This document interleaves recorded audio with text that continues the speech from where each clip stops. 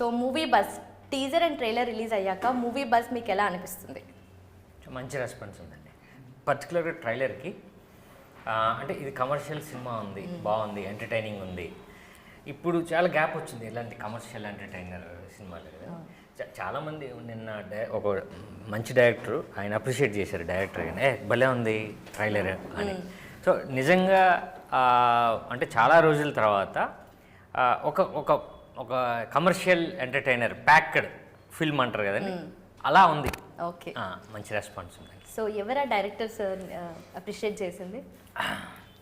మారుతి గారు నిజంగా డైరెక్టర్ గారు చూశారు, చాలా బాగా అప్రిషియేట్ చేశారు. మంచి సినిమా తీశారండి మీరు అని. ఇంకోటి ఏంటంటే ఆయన అప్రిషియేట్ చేసింది ఎన్ని రోజుల్లో చేశారు అంటే, ఇన్ని రోజుల్లో చేసాం. ఎన్ని రోజులు అలా లేదు కదా, ఎలా తీశారు 34 డేస్లో తీసామండి. సో దాన్ని బాగా అప్రిషియేట్ చేశారు మారుతి గారు.